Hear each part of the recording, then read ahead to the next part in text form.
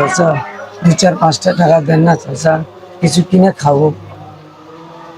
আরে বেটা, এখানে তো 2-4-5 বছর থেকে তুই ভিক্ষা করস, ভালো কিছু করতে পারস নাই? চাচা, 2-4-5 টাকা দিয়ে তো পেটের খাবারই হচ্ছে না, তাহলে ভালো কিছু কিভাবে করবো চাচা? ও আচ্ছা, এই কথা। আরে তোরে আমি এক জায়গায় নিয়ে যাব, হ্যাঁ, একজনের সাথে পরিচয় করে দিব। ও তোর একটা ভালো কিছু করাই দিব, তুই সব কিছু খুলে বলবি। হ্যাঁ, চল তোর নিয়ে যাই। তাহলে ঠিক আছে চাচা, চলেন।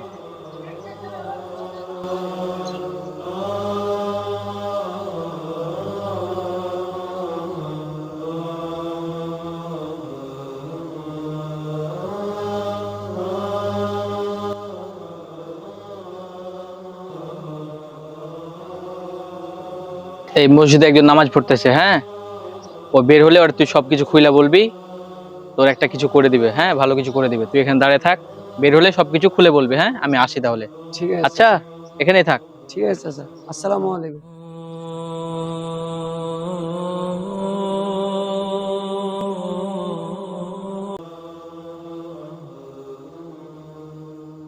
এই দাঁড়াও দাঁড়াও দাঁড়াও দাঁড়াও, তুমি মনে হয় সাহায্য নেওয়ার জন্য আছো, সাহায্য নেবে না? সাহায্য নিয়ে যাও। না স্যার, থাক। আপনিও যার কাছে চাচ্ছেন, আমিও তার কাছে চাইবো। সে যদি আপনাকে দেয়, আমাকে কিছু হলেও দেবে। ঠিক আছে স্যার, আসসালামু আলাইকুম। ওয়ালাইকুম আসসালাম।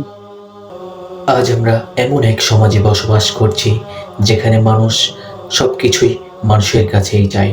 টাকা পয়সা ধন দৌলত সব কিছুই যেন মানুষের কাছেই নির্ভর করে। কিন্তু একবার ভাবুন তো, মানুষ কতটুকু দিবে, কতটুকু রাখতে পারবে আপনার চাওয়া? মানুষ একবার দিলে আরেকবার রেগেও যায়। অথচ আল্লাহ বলেন, তোমরা আমার কাছে চাও, বারবার চাও। কেননা মানুষের কাছে চাইলে সম্মান কমে, আর আমার কাছে চাইলে সম্মান বাড়ে।